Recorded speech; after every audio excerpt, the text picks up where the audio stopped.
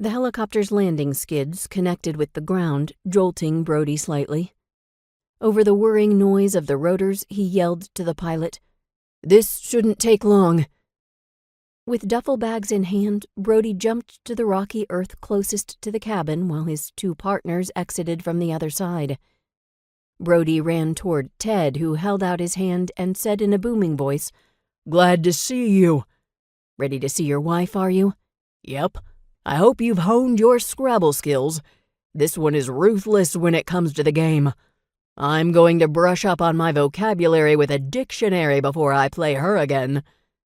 "I've read her file."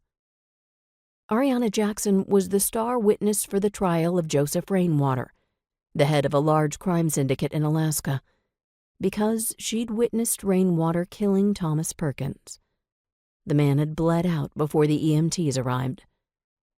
"Doesn't do her justice. I don't have anything to add to my earlier phone report this morning. Come on, I'll introduce you two." Ted peered over Brody's shoulder at his partners, Kevin Laird and Mark Baylor, approaching them while carrying a bag and 3 boxes of provisions. Ted nodded to them before turning to open the door. As Brody entered, he panned the rustic interior with a high ceiling, noting where the few windows were located, the large fireplace against the back wall, the hallway that led to the 2 bedrooms and the kitchen area off the living room. 3 duffel bags sat by the door. Then his gaze connected with the witness he was to protect, Arianna Jackson. Tall, with white blonde hair and cool gray eyes, she resembled a Nordic princess. Still, he could tell she was very capable of taking care of herself from the way she carried herself, right down to the sharp perusal she gave him. From what he'd read, Ms. Jackson had been a good bodyguard caught in a bad situation. Her life would never be the same after this. She tossed the dish towel she held onto the kitchen counter, never taking her gaze off him. She assessed and catalogued him, not one emotion on her face to indicate what she had decided about him. That piqued his interest. "These 3 are our replacements, Brody Callahan, Kevin Laird, and Mark Baylor.